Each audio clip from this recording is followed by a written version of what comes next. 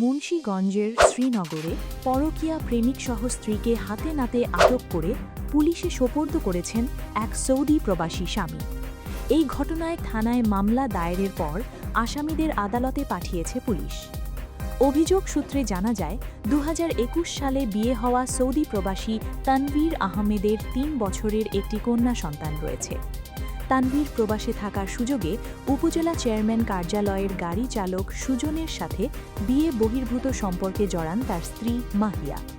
মে মাসে নগদ ২ লাখ টাকা ও ১০ ভরি স্বর্ণালংকার নিয়ে সুজনের সাথে পালিয়ে যান তিনি। অবশেষে রবিবার বিকেলে হরপাড়ার মৃধা ভবনের একটি ফ্ল্যাট থেকে স্থানীয়দের সহায়তায় পরকীয়া যুগলকে হাতে নাতে আটক করেন তানভীর। পরে তাদেরকে শ্রীনগর থানা পুলিশের হাতে তুলে দেওয়া হয়।